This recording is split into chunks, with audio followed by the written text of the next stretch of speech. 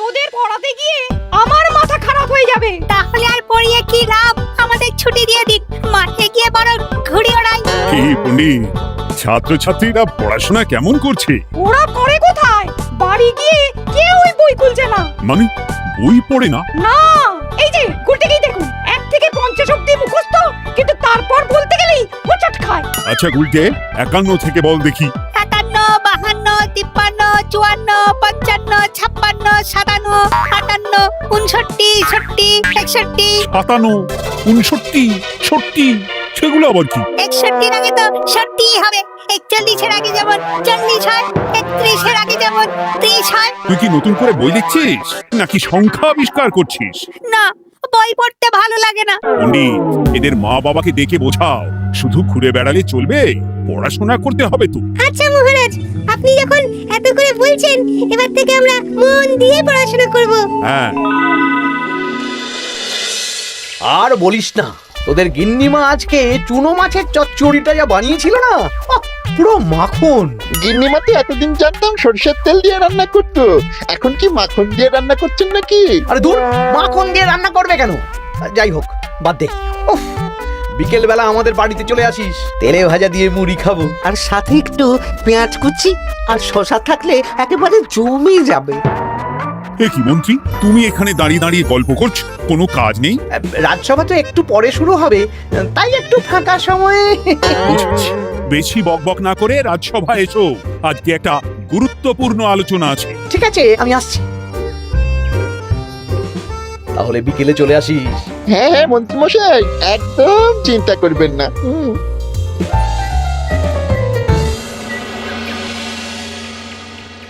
রাজ্যটা তো রসাতলে চলে যাচ্ছে, বাচ্চারা পড়াশোনা করছে না, বড়রা গল্প গুজব করে আড্ডা দিয়ে কাটাচ্ছে। কি করা যায় কিছুই তো বোঝা যাচ্ছে না। কে গল্প গুজব করে আড্ডা দিচ্ছে মহারাজ? কে আবার? আমাদের মন্ত্রী। আমি নিজের চোখে একটু আগেই দেখলাম, বটা ঘটার সাথে সকাল সকাল গল্প জুড়েছে। তাহলে এটা বোঝা যাচ্ছে যে মন্ত্রী মশাইয়ের তেমন কাজ নেই, আর কাজ যখন নেই তখন মন্ত্রী মশাইকে রাজসভায় রাখারও দরকার নেই। হ্যাঁ মহারাজ, গোপাল এটা ঠিক কথা বলেছে। মন্ত্রীমশাই তো কাজের মধ্যে দুটো জিনিসই করেন, অকাজ আর কুকাজ। একদম বাজে কথা বলবে না। গোপালের কথা শুনে এখন আমার নিন্দা শুরু করেছো, তাই না? এই থামো থামো থামো থামো, আমাদের রাজ্যের উন্নতির জন্য একটা সমাধান করা দরকার। এই সময় নষ্ট করা বন্ধ করতে হবে। তাহলে মহারাজ, সবাইকে ফাঁকা সময়ে বই পড়তে হবে, পড়াশোনার মধ্যে থাকতে হবে, কারণ জানার কোনো শেষ নেই। তাহলে কি করা যায় বলো তো গোপাল? আমাদের রাজবাড়ির যে গ্রন্থাগার আছে সেটা তো বহু বছর ধরেই বন্ধ, ওটা খোলার ব্যবস্থা করুন মহারাজ। হ্যাঁ মন্ত্রী, তুমি নিজ দায়িত্বে গ্রন্থাগার খোলার ব্যবস্থা করো। অনেকদিন ধরে ধুলো ময়লা জমে আছে, সব পরিষ্কার করবে, আর পরিষ্কার হয়ে গেলে তোমরা সবাই গ্রন্থাগার থেকে বই নিয়ে পড়বে। বেশ। মন্ত্রীমশাই ভালো ভাষার ফেঁসেছেন। হ্যাঁ, জীবনটা তো শুয়ে বসে গুলতানি দিয়ে কাটিয়ে দিচ্ছেন, না হয় একটু কাজ করবেন আর কি। আর হবে না গল্প গুজব, হবে না ঠাট্টা হাসি। গ্রন্থাগার সাফ করতে গিয়ে মন্ত্রীর হবে হাঁচি কাশি। কথাটা বেশ ভালো বলেছো বিজ্ঞানী। ওনার দুটো কাজ, অকাজ আর কুকাজ। সে তো তুমি প্রসঙ্গ আনলে তাই। বেচারা আমাকে নিয়ে রসিকতা করছে। এই গোপালের বড্ড বার বেড়েছে, এমন চাল চালবো যে কেঁদে কুল পাবে না।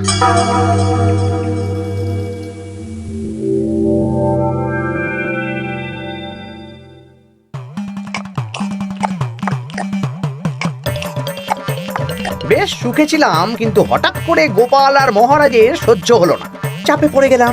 আমরা আপনাকে চাপমুক্ত করব, বলুন কি করতে হবে? আমি সব ভাবনা চিন্তা করে ফেলেছি, এখন তোদের আমার কথা মতন কাজ করতে হবে। আসতে পারি মন্ত্রী মশাই? হ্যাঁ, এসো এসো। ইনি তো চিত্রশিল্পী, এনাকে দিয়ে কি হবে? ইনিই তো আসল কাজ করবেন। শোনো, তা গোপালকে ভালো করে দেখে নিয়েছো তো? বিলক্ষণ। একটা পাতায় গোপালের ছবি আঁকতে হবে, ওপরে লেখা থাকবে কৃষ্ণনগরের ভবিষ্যৎ। কি গোপাল তো আপনার শত্রু, গোপালকে নিয়ে বই লিখছেন কেন? আমি বলছি, একটা পাতায় গোপালের একটা ছবি আঁকা হবে, যেখানে গোপালকে দৈত্য হিসেবে দেখানো হবে। বড় বড় দাঁত, বড় বড় কুলোর মতো কান। শোনো, নিচে একটু ফাঁকা রাখবে, যা লেখার আমি পরে লিখে দেব। আর আপনি মহারাজকে এই পাতাটা দেবেন? হ্যাঁ, আর বলবো যে গ্রন্থাগার পরিষ্কার করতে গিয়ে এই পুরনো পাতাটা পেলাম, তবে অনেক খুঁজেও বইয়ের বাকি অংশ কিচ্ছু পেলাম না মহারাজ। মহারাজ ওখানে দৈত্য বেশি গোপালকে দেখে ভাববেন রাজ্যের বড় বিপদ আসতে পারে, আর গোপালকে কোনো কারণ ছাড়াই তাড়িয়ে দেবেন। একদম তাই। কিন্তু একটা সমস্যা আছে। আবার কি সমস্যা? পুরনো পাতা বোঝাবেন কি করে? ছবি আঁকা হয়ে গেলে পাতাটা দুদিন রোদে ফেলে রাখবো, তারপর পাতার ধারগুলো একটু আঁকা বাঁকা করে কেটে দেব, সাথে আগুনের হালকা তাপ দিলে সাদা পাতা খুব তাড়াতাড়ি পুরনো দেখাবে। এটা ঠিক বলেছেন। আচ্ছা চিত্রশিল্পী, তাড়াতাড়ি ছবি এঁকে ফেলো। আমি কালকে সকালেই দিয়ে দেব। বেশ বেশ। আর বটাঘটা, তোদের কালকে থেকে একটু আমার সাথে হাতে হাতে কাজ করতে হবে। হ্যাঁ, এসে আমরা আপনার সুখে দুঃখে পাশে থাকবো।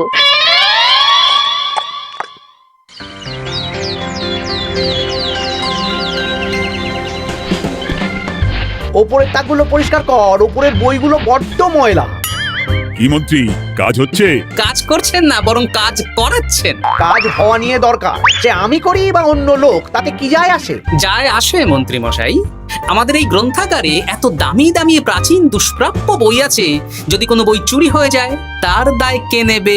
এটা গোপাল ঠিক বলেছে। আমি তো এখানেই আছি, বটাঘটা সাহস আছে নাকি বই সরানোর? বেশ, তাহলেই ভালো। চলো গোপাল, পাঠশালায় গিয়ে দেখে আসি আজকে কোন পড়াশুনো চলছে। গোপাল আমাদের ঘুরিয়ে চোর বললো মন্ত্রী মশাই, আর আপনি প্রতিবাদ করলেন না। প্রতিবাদ কি? গোপালকেই দুদিন পরে রাজ্য থেকে বার করে দেব।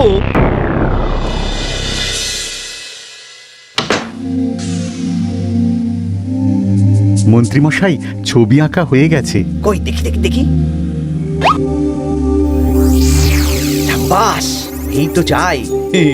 এই ছবি দেখে মহারাজ চমকে যাবে। এবার পাতা পুরনো করার কাজটা করে ফেললেই কেল্লা ফতে।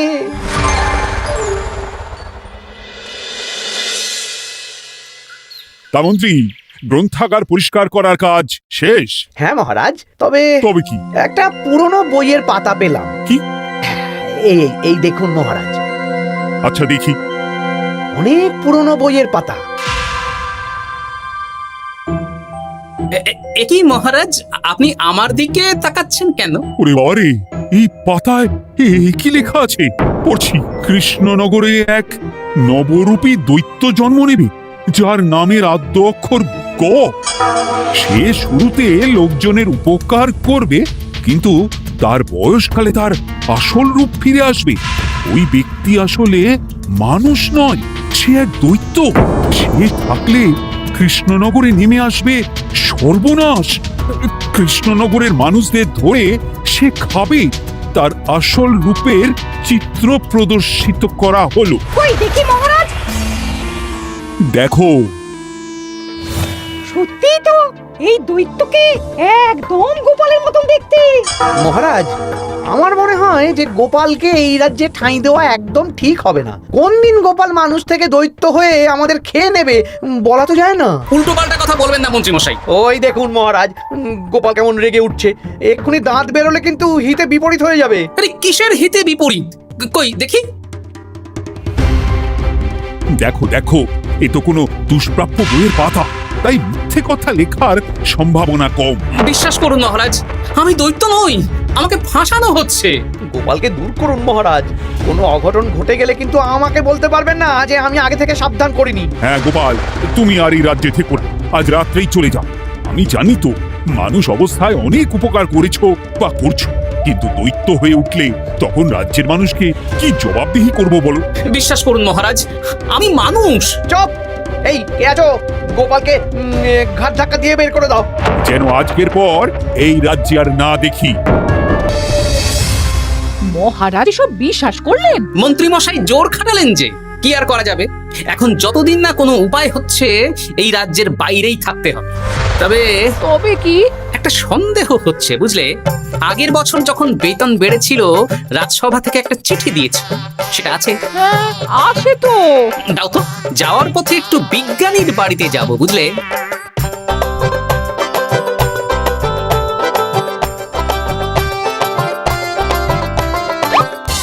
এবার চলো। আমিও বুঝতে পারছি গোপাল, এটা গভীর ষড়যন্ত্র। শোনো, তুমি একটা কাজ করো। ওই পাতার লেখাটা দেখে আমার মনে হলো হাতের লেখাটা খুব চেনা চেনা। তুমি একবার এই চিঠিটার সাথে মিলিয়ে দেখো তো। মন্ত্রী মশাইয়ের হাতে লেখা চিঠি। বেশ, আমি তাহলে কায়দা করে পাতাটা নিয়ে এসে পরীক্ষা করব। তা কোথায় থাকবে এখন? কদিন ওই শ্বশুর বাড়ি, আর আমি তোমার সাথে দেখা করার জন্য রোজ রাতে আসবো। বেশ।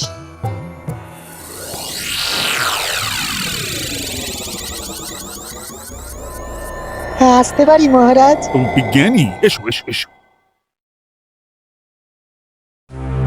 বলছি মহারাজ, পাতাটা চাই, আজকে রাতের জন্য দেবেন? হ্যাঁ, নিয়ে যাও নিয়ে যাও। ওই পাতা দেখলেই আমার ভয় লাগছে।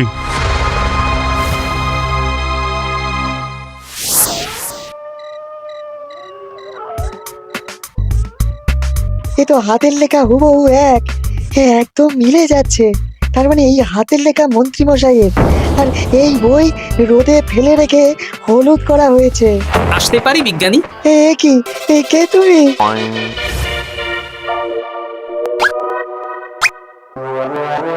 গিন্নির পুরনো শাড়ি পরে নারী সেজে এলাম, কেউ জানতে পারলেই বিপদ। কোনো বিপদ নেই, তোমাকে মন্ত্রী মশাই ফাঁসিয়েছেন। ওনারই হাতের লেখা, আর ওটা রোদে ফেলে আর উষ্ণ তাপে রেখে পাতা হলুদ করা হয়েছে। জানতাম এইরকমই কিছু একটা হবে। তাহলে কালকে সকালেই রাজসভায় সব খোলসা করে দিই। না না, তার আগে মন্ত্রী মশাইকে একটু নাচাবো। কিভাবে? আমি দৈত্য সাজবো আর মন্ত্রীকে ভয় দেখাবো। আগে বটাকে দেখাবো, তারপর ঘটাকে, শেষে মন্ত্রীকে। ভালো মজা হবে, আমি তোমার পাশে আছি। তাহলে তাহলে এখনই সাজগোজ করে ফেলি, বুঝলে? তুমি একটা চাদর মুড়ি দিয়ে আমার সাথে বটা ঘটার বাড়িতে যাবে এখন। আচ্ছা।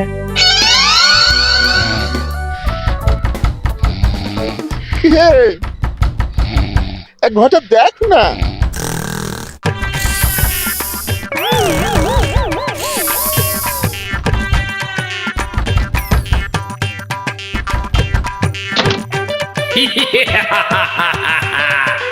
আমি তোকে খাবো, আমি দৈত্য গোপাল। আসল দায়িত্ব কি করে হয়ে গেলে? পালাই, ঘটা ওঠ। পালিয়ে কোথাও যেতে পারবি না, আমি তোকে খাবো। বাঁচাও বাঁচাও। কি হলো? বটা কোথায়?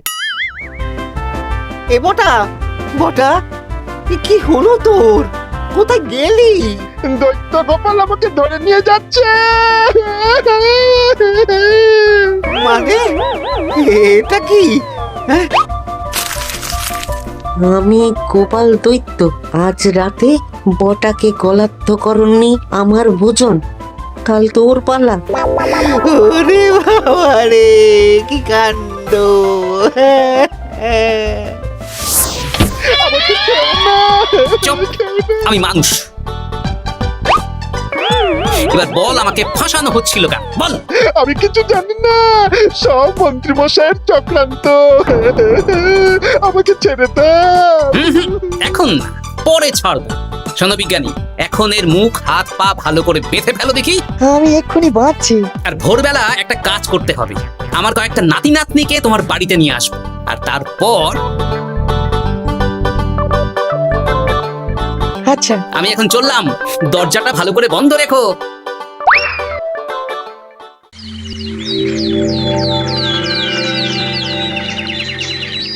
কি সব উল্টোপাল্টা বলছিস? সত্যি কালকে গোপালের দৈত্য এসেছিল। আরে গোপাল তো রাজ্য ছেড়ে চলে গেছে, আমি কড়া পাহারা বসিয়েছি।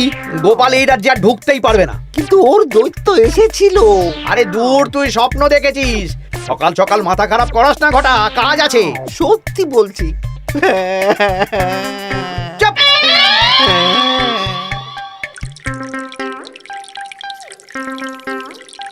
মহারাজ, আমি কানা ঘুষো খবর পেলাম বটাকে গোপাল দৈত্য কালকে রাতে তুলে নিয়ে গেছে।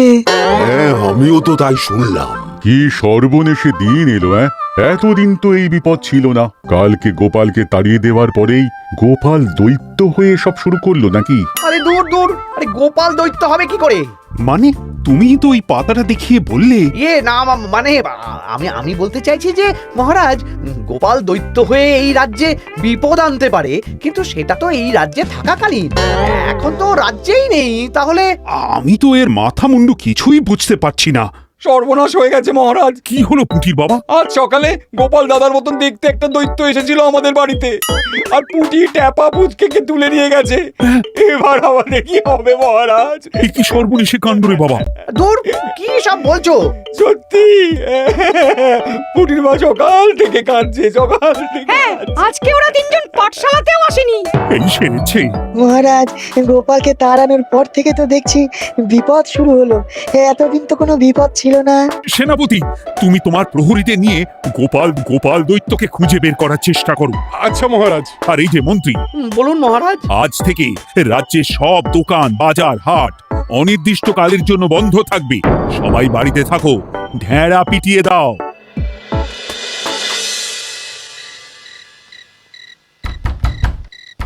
কে? আমি দরজা খুলবো না।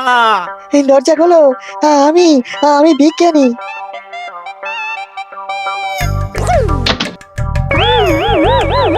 এবার আমি তোকে খাবো। আমাকে ছেড়ে দাও, আমাকে ছেড়ে দাও, ছেড়ে দাও, আমাকে ছেড়ে দাও। ছেড়ে না, ছিঁড়ে খাবো।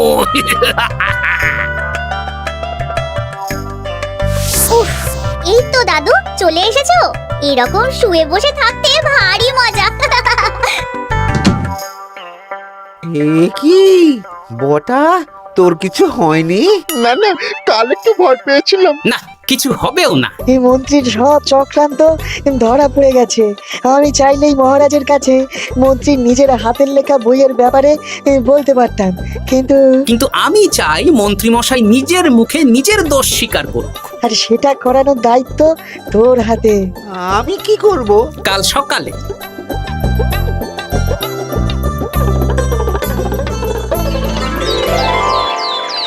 কালকে আবার ঘটাকে তুলে নিয়ে গেছে। ও সেনাপতি, তুমি কি করছো? আমি তো দেখতে পাইনি গোপালকে। দূর, মহারাজ, মহারাজ, কি ঘটা? কি অবস্থা তোর? অনেক কষ্টে পালিয়ে এসেছি। গোপাল খেতে গিয়েও খায়নি আমাকে। মানে ও বলছে আপনাকে খেতে চায়। গোপাল কি দৈত্য নাকি যে আমাকে খাবে? হ্যাঁ, ভয়ানক দৈত্য। এই তো আমি পাতাটা এনেছি, দেখো তো একবার। হ্যাঁ, এইরকম। ওরে বাবা, কি ভয়ানক! এই গোপালটা কি শুরু করেছে বলতো? গোপাল দৈত্য হবে কি করে? এই ছবির নিচের লেখাটা তো আমার, তুই জানিস না নাকি? না মানে কিছু না। তোমার লেখা মানে? না আমার লেখা না, মানে আমি খুঁজে পেয়েছি আর কি। আপনি সত্যি না বললে আমার কাছে কিছু প্রমাণও আছে মন্ত্রী মশাই, যে এই পাতার লেখাটা আপনার। হ্যাঁ, এটা মন্ত্রী মশাইয়ের লেখা, আমি সব জানি। এই তোকে বলতে বলেছি। না, এবার আমি বলবই। আগে আমার প্রাণ, তারপর আপনার মান। মন্ত্রী মশাই এই পাতাটা নিজে লিখেছেন, আর গোপালের ওই ভয়ানক ছবি একজনকে দিয়ে আঁকিয়েছেন। রোদে রেখে ও আগুনে উষ্ণ তাপে পাতাটা হলুদ করেছেন, আর ধারগুলো আঁকা বাঁকা করে কেটেছেন যাতে দেখে পুরনো মনে হয়। সব বাজে কথা। কোনো বাজে কথা না।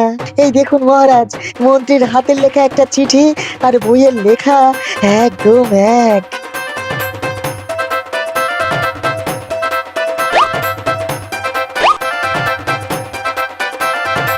এ কি মন্ত্রী?